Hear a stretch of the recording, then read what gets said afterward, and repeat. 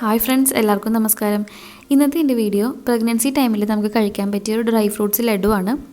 ഇത് പ്രഗ്നൻസി ടൈമിൽ മാത്രമല്ല, അല്ലാത്ത എല്ലാ ഏജുകാർക്കും കഴിക്കാൻ പറ്റുന്ന ഒരു ലഡുവാണ്. ഡ്രൈ ഫ്രൂട്ട്സിൻ്റെ ലഡുവാണ്. നമുക്ക് വീട്ടിൽ തന്നെ ഈസി ആയിട്ട് ഉണ്ടാക്കാൻ പറ്റും. ഒട്ടും പ്രിസർവേറ്റീവ്സ് ചേർത്തിട്ടില്ല, അതുപോലെ പഞ്ചസാര ഒന്നും ചേർത്തിട്ടില്ല. അപ്പോൾ ഇതൊരു ഹെൽത്തിയാണ്. എൻ്റെ ഈ പ്രഗ്നൻസി ടൈമിൽ ഡോക്ടറെ കാണുമ്പോഴും അതുപോലെ ഡയറ്റീഷ്യനെ കാണുമ്പോഴൊക്കെ അവർ കഴിക്കേണ്ട ഫുഡിനെ പറ്റിയും ഓരോ ടൈമിങ്ങിനെ പറ്റിയും എല്ലാം ഡീറ്റെയിൽ ആയിട്ട് പറഞ്ഞു തരുമായിരുന്നു. അപ്പോൾ അതിൽ പറഞ്ഞിട്ടുണ്ടായിരുന്ന 2 കാര്യങ്ങളാണ്: പാല് കഴിക്കണമെന്നും അതുപോലെ ഡ്രൈ ഫ്രൂട്ട്സൊക്കെ ഫുഡിൽ ഇൻക്ലൂഡ് ചെയ്യണമെന്നും. പക്ഷേ എനിക്കിത് രണ്ടും ഇഷ്ടമല്ല. ബാക്കിയൊക്കെ ഞാൻ ഒരുമാതിരിയൊക്കെ കഴിക്കും, പക്ഷേ പാലിൻ്റെ സ്മെൽ എനിക്ക് പറ്റില്ല. പിന്നെ ഡ്രൈ ഫ്രൂട്ട്സിൻ്റെ ചിലതിൻ്റെ രുചിയും ഒന്നും എനിക്ക് പറ്റായികയുണ്ടായിരുന്നു. അപ്പോൾ ഇതിന് രണ്ടിനും ഞാനൊരു സൊല്യൂഷൻ കണ്ടെത്തി. അതിൽ ഡ്രൈ ഫ്രൂട്ട്സിൻ്റെ സൊല്യൂഷനാണ് ഇത്. ഞാൻ മിക്ക ഫ്രൂട്ട്സും ഒരു 1/2 കപ്പ് അളവിലാണ്, ഒരു 120 ml കപ്പിൻ്റെ അളവിലാണ് എടുത്തിട്ടുള്ളത്. ബദാം 1/2 കപ്പ് എടുത്തിട്ടുണ്ട്. പിന്നെ എടുത്തിട്ടുള്ളത് പംകിൻ സീഡ്സ്, ഇതും 1/2 കപ്പ് എടുത്തിട്ടുണ്ട്. പിന്നെ ഇവിടെ കപ്പലണ്ടി എടുത്തിട്ടുണ്ട്, ഇതും 1/2 കപ്പ് അളവിലാണ് എടുത്തിട്ടുള്ളത്. ചിലർക്ക് പ്രഗ്നൻസി ടൈമിൽ പീനട്ട് അലർജി ഉണ്ടാവാറുണ്ട്. അപ്പോൾ അങ്ങനെയുള്ളവർ കപ്പലണ്ടി ഇതിൽ ഒഴിവാക്കാവുന്നതാണ്. പക്ഷേ എനിക്ക് ആ കംപ്ലയിൻ്റ് ഇല്ല, കാരണം ഇത്രയും നാളുകൊണ്ട് തന്നെ ഞാനൊരു 750 ഗ്രാമോളം കപ്പലണ്ടി മിഠായി കഴിച്ചിട്ടുണ്ട്. എനിക്ക് ഏറ്റവും ഇഷ്ടപ്പെട്ട, കഴിക്കാൻ ആഗ്രഹമുള്ളൊരു സംഭവം കപ്പലണ്ടി മിഠായിയാണ് ഈ ഒരു പ്രഗ്നൻസി ടൈമിൽ. അപ്പോൾ എനിക്ക് ആ അലർജി ഇല്ല. അപ്പോൾ നിങ്ങൾക്ക് അങ്ങനെ ഉണ്ടെന്നുണ്ടെങ്കിൽ ഇത് അവോയ്ഡ് ചെയ്യാം.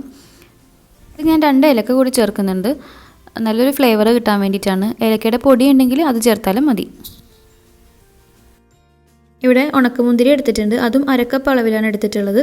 ഇതിൽ കറുപ്പും പച്ചയും ഒക്കെ ഉണ്ട്, അത് മിക്സ് ആയിട്ടുള്ളതാണ്. പിന്നെ ഫിഗ് എടുത്തിട്ടുണ്ട്, അത്തിപ്പഴം ഉണക്കിയത്, ഇത് 5 എണ്ണം എടുത്തിട്ടുണ്ട്, ചെറുതാക്കി മുറിച്ചിട്ടുള്ളതാണ്.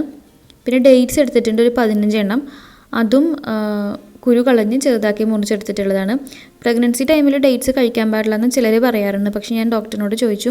അപ്പോൾ എന്നോട് കഴിച്ചോളാൻ പറഞ്ഞു, കുഴപ്പമൊന്നുമില്ല. അപ്പോൾ അങ്ങനെയാണ് ഞാനിത് കഴിക്കുന്നത്.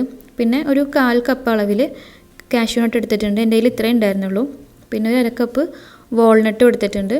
അപ്പോൾ ഇതൊക്കെ ഓരോ ഡ്രൈ ഫ്രൂട്ട്സും നിങ്ങൾ എടുക്കുമ്പോൾ കയ്യിലുള്ളതനുസരിച്ചിട്ട് എടുത്താൽ മതി. ഇപ്പോൾ എൻ്റെ കയ്യിൽ ഇതൊക്കെയാണ് ഉണ്ടായിരുന്നത്. ഇനി ഇതിൽ വേണമെങ്കിൽ നിങ്ങൾക്ക് പിസ്ത ചേർക്കാവുന്നതാണ്, അല്ലെങ്കിൽ തേങ്ങ ഉണ്ടല്ലോ, തേങ്ങയുടെ പീര റോസ്റ്റ് ചെയ്തിട്ട് ചേർക്കാം. ഇതൊക്കെ നല്ലതാണ്. ഡ്രൈ ഫ്രൂട്ട്സ് ഒന്ന് റോസ്റ്റ് ചെയ്തെടുക്കണം. അതിനായിട്ടൊരു പാൻ വെച്ച് കുറച്ച് നെയ്യ് ഒഴിച്ചു കൊടുക്കുന്നുണ്ട്. നെയ്യും പ്രഗ്നൻസി ടൈമിൽ കഴിക്കുന്നത് നല്ലതാണ്, അതുകൊണ്ട് തന്നെയാണ് നെയ്യ് തന്നെ ചൂസ് ചെയ്തത്.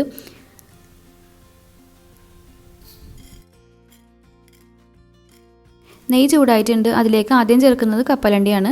ഇത് നന്നായിട്ടൊന്ന് റോസ്റ്റാക്കി എടുക്കുന്നുണ്ട്. ഒരു 3-4 മിനിറ്റ് മതിയാവും ഇത് റോസ്റ്റ് ചെയ്ത് കിട്ടാൻ. ഓരോ ഡ്രൈ ഫ്രൂട്ട്സും സെപ്പറേറ്റ് ആയിട്ടാണ് റോസ്റ്റ് ചെയ്യുന്നത്, കാരണം ഓരോന്നിൻ്റെയും റോസ്റ്റിംഗ് ടൈം വ്യത്യാസമുണ്ട്. പീനട്ട് റോസ്റ്റായി കിട്ടിയിട്ടുണ്ട്. തണുക്കാൻ വേണ്ടിയിട്ട് ഒരു പാത്രത്തിലേക്ക് മാറ്റുന്നുണ്ട്. ഇതിൽ എക്സ്ട്രാ ഉള്ള നെയ്യ് പാത്രത്തിൽ തന്നെ വെക്കുന്നുള്ളൂ, ഇത് പീനട്ടിൻ്റെ ഒപ്പം ഇടുന്നില്ല. അപ്പോൾ അടുത്ത ഫ്രൂട്ട് വറുക്കുമ്പോൾ നമുക്കിതിൻ്റെ ബാക്കി യൂസ് ചെയ്യാവുന്നതാണ്. ഈ സെയിം പാനിലേക്ക് തന്നെ പംകിൻ സീഡ്സ് ഇട്ടിട്ട് റോസ്റ്റ് ചെയ്തെടുക്കുന്നുണ്ട്. ഇതിനും ഒരു 3-4 മിനിറ്റ് മതിയാവും റോസ്റ്റായി കിട്ടാൻ വേണ്ടിയിട്ട്. ചിലപ്പോൾ എല്ലാ കടകളിലും പംകിൻ സീഡ് അവൈലബിൾ ആയിരിക്കണം എന്നില്ല. ഞാനതുകൊണ്ട് ഇതിൻ്റെ ലിങ്ക് ഡിസ്ക്രിപ്ഷൻ ബോക്സിൽ കൊടുക്കാം. അപ്പോൾ നിങ്ങൾക്ക് ആവശ്യമുണ്ടെങ്കിൽ അത് വാങ്ങിക്കാവുന്നതാണ്. ഒരു 3-4 മിനിറ്റ് കഴിയുമ്പോൾ ഇതിൻ്റെ കളർ ചെറുതായിട്ടൊന്ന് മാറി തുടങ്ങും. അപ്പോൾ ഇത് ഒരു തണുക്കാൻ വേണ്ടി ഒരു പാത്രത്തിലേക്ക് മാറ്റി വയ്ക്കാം. തണുത്ത് കഴിഞ്ഞ് നമ്മൾ കടിച്ച് നോക്കുമ്പോൾ നല്ല ക്രിസ്പി ആയിട്ട് തന്നെ ഉണ്ടാവും.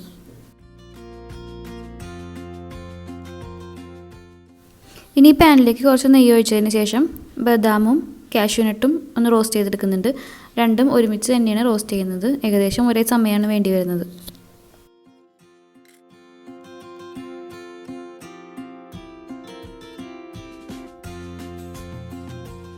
മൂന്ന് 4 മിനിറ്റ് കൊണ്ട് തന്നെ ഇതും നല്ല റോസ്റ്റായി വന്നിട്ടുണ്ട്. അപ്പോൾ ഞാൻ തണുക്കാൻ വേണ്ടി ഒരു പാത്രത്തിലേക്ക് മാറ്റുന്നുണ്ട്.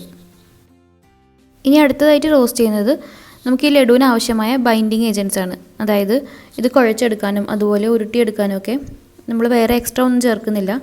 അതിനായിട്ട് യൂസ് ചെയ്യുന്നത് ഫിഗ്, ഡേറ്റ്സ്, പിന്നെ നമ്മൾ എടുത്തു വെച്ച ഉണക്കമുന്തിരി ഉണ്ടല്ലോ, ഇത് 3ഉമാണ്. ഇത് 3ഉം ഒരുമിച്ച് തന്നെയാണ് ഇപ്പോൾ റോസ്റ്റ് ചെയ്യുന്നത്. വേറെ ഡ്രൈ ഫ്രൂട്ട്സ് ലഡുവിൽ നമ്മൾ കടയിൽ നിന്നൊക്കെ വാങ്ങിക്കുമ്പോൾ അതിൽ എഡിബിൾ ഗമ്മ് ചേർക്കാറുണ്ട്. അത് ഈ ലഡു ഒന്ന് കുഴച്ചെടുക്കാൻ വേണ്ടിയിട്ടും അതുപോലെ തന്നെ അത് നല്ല ഷേപ്പിൽ ഉരുട്ടിയെടുക്കാൻ വേണ്ടിയിട്ടുമാണ്. പക്ഷേ ഇതൊരു പ്രഗ്നൻസി ടൈമിൽ കഴിക്കാനുള്ളത് കൊണ്ട് ഞാനതിലേക്ക് അതുപോലെ എഡിബിൾ ഗമ്മോ അങ്ങനെ ഒന്നും ചേർക്കുന്നില്ല. ഇതിൽ ഫിഗും അതുപോലെ തന്നെ ഡേറ്റ്സും പിന്നെ നമ്മൾ എടുത്തിട്ടുള്ള ഉണക്കമുന്തിരി ഉണ്ടല്ലോ അതുമാണ് ബൈൻഡിങ് ഏജൻസ് ആയിട്ട് ആക്ട് ചെയ്യുന്നത്. ഒരു 4-5 മിനിറ്റ് കൊണ്ട് തന്നെ ഈ ഡ്രൈ ഫ്രൂട്ട്സൊക്കെ നല്ല സോഫ്റ്റ് ആയിട്ട് വരും. ആ ഒരു പാകത്തിനാണ് നമുക്ക് വേണ്ടത്. അപ്പോൾ ഇത് തണുക്കാൻ വേണ്ടി ഒരു പാത്രത്തിലേക്ക് മാറ്റുന്നുണ്ട്. അതിന് ശേഷം വാൾനട്ട് കുറച്ച് നെയ്യിലൊന്ന് റോസ്റ്റ് ചെയ്തെടുക്കുന്നുണ്ട്.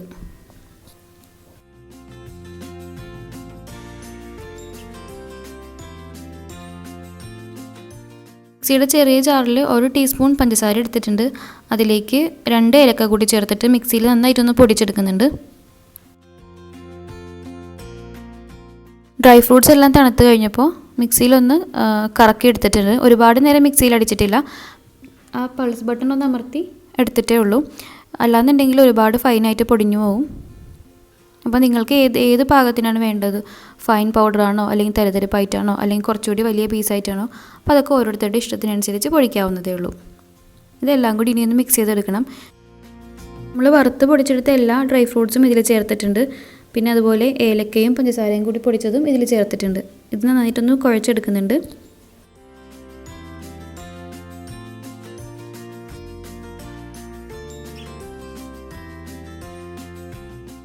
രണ്ട് ടേബിൾ സ്പൂൺ നെയ്യ് ഓവനിൽ വെച്ചൊന്ന് മെൽറ്റ് ചെയ്തെടുത്തിട്ടുണ്ട് നന്നായിട്ട്.